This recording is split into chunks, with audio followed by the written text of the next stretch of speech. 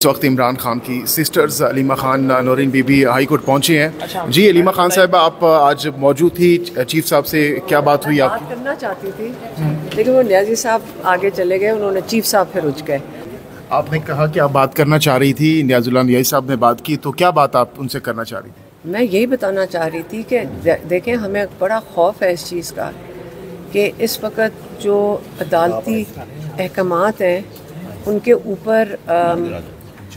اوپر بالکل اس کے اوپر امپلیمنٹیشن نہیں ہو رہی, اور اتنا جو توہین ہو رہی ہے عدالت کی. تو آج اگر یہ توہین ہوگی تو کل ہمارے ساتھ کیا ہوگا؟ یہ تو ہر کاغذ کی پھر توہین ہوئے گی. ہر ادارہ اٹھ کے کہے گا اس کاغذ کے ٹکڑے کو باہر پھینک دو. روز اتنے ہفتہ بہ ہفتہ توہین ہو رہی ہے اور کوئی جواب دہی نہیں ہے اس چیز کے لیے. اور آخر کار اگر جج کی جب توہین ہوئے گی, جج کے آرڈرز کی توہین ہوئے گی, اس کا نتائج تو یہ ہے کہ ہمیں انصاف نہیں ملے گا, کسی پاکستانی کو انصاف نہیں ملے گا. کوئی بھی اٹھ کے کہہ دے گا ہم اس کو مانتے نہیں. تو انصاف سے تو ہم محروم ہو رہے ہیں. عمران خان جیل میں بیٹھا آئسولیٹ ہو گیا ہے, تو کون فیصلہ کر رہے ہیں کہ ہم نے توہین کرنی عدالت کی؟ ان کو جج صاحب کو ہم سپورٹ کریں گے تو وہ ان کو قانون کے مطابق اپنے سامنے پیش کرائیں گے اور ان سے جواب مانگیں گے یا ان کو سزا دیں گے. جو توہین عدالت کی سزا ہے, کہتے ہیں 6 مہینے جیل جانا پڑتا ہے اگر سرکاری لوگ اس کی امپلیمنٹیشن نہ کریں. دو مرتبہ چیمبر بھی آپ لوگ گئے, 2 مرتبہ چیمبر بھی گئے, وہاں پر کیا گفتگو ہوئی چیمبر کے اندر؟ نہیں, وہ صاحب کہہ رہے تھے آپ چائے پی لیں. تو ہم نے کہا ہم واپس کورٹ میں جانا چاہتے ہیں, پھر یہ بات ہوئی. اچھا, جسٹ چائے پلائی کیا؟ نہیں, میں نے چائے نہیں پی تھی. میں نے کہا تھا ہم واپس ہمیں کورٹ میں جانا ہے, جب جج صاحب آئیں گے ہم ان کے سامنے بیٹھیں گے, ہمیں چائے کی ضرورت. اچھا علیمہ خان صاحب یہ بتائیے گا, جج صاحب کو آپ نے جب کوئی بات کرنا چاہی تو جج صاحب اٹھ کے چلے گئے, کیا وجہ ہے کہ آپ بات کرنا چاہ رہے ہیں؟ پہلے ہی اٹھ گئے تھے.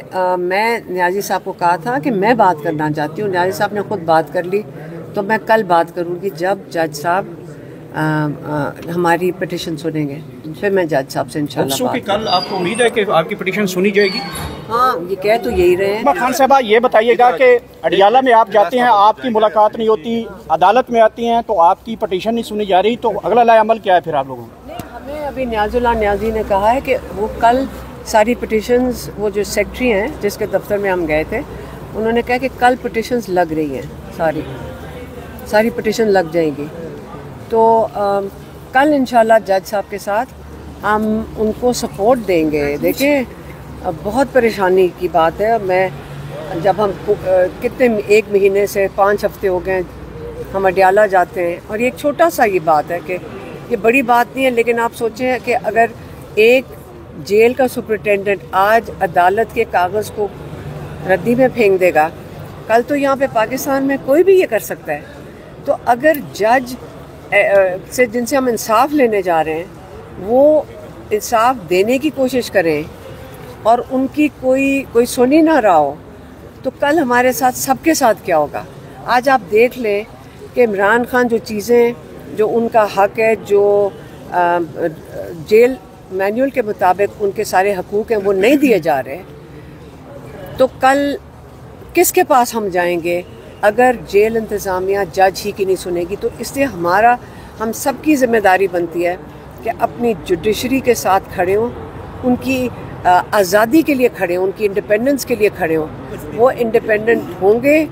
وہ پریشر, اگر اوپر سے پریشر کسی سے ایک فرد واحد سے آ رہا ہے یا کسی 2 بندوں سے آ رہا ہے, بہتر یہ کہ پورے عوام اپنی جوڈیشری کے ساتھ کھڑی ہو اور ان کو بتائے کہ ہم آپ کے ساتھ کھڑے ہیں, تاکہ جب یہ مضبوط ہوں گے تو یہ ہمیں انصاف بھی دے سکیں گے انشاءاللہ.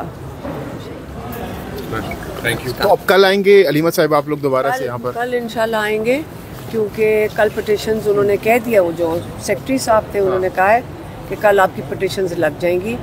تو کل انشاءاللہ جب پٹیشنز لگیں گی تو ہم بالکل یہاں پہ آئیں گے اور اپنی جوڈیشری کے ساتھ ہم ان کو سپورٹ دکھائیں گے. کتنے پر امید ہے سپورٹ ہوگی؟ کتنے لوگ ہوں گے؟ کیا پارلیمنٹیرین آئیں گے یا وکلا یہاں پہ اکٹھے ہوں گے؟ ہم تو یہاں پہ ہوں گے, مجھے نہیں پتا باقیوں کا. میں تو اپنی بات کر رہی ہوں کہ جنہوں نے ہم نے پٹیشنز ڈالی ہوئی ہیں, 5-6 لوگوں نے جو ڈالی ہوئی ہیں, کل اب ہمارے جو لائرز ہیں سلمان صفدر, سلمان راجہ, وہ اس وقت پٹیشن عمران خان کے نام پہ بھی ڈال رہے ہیں,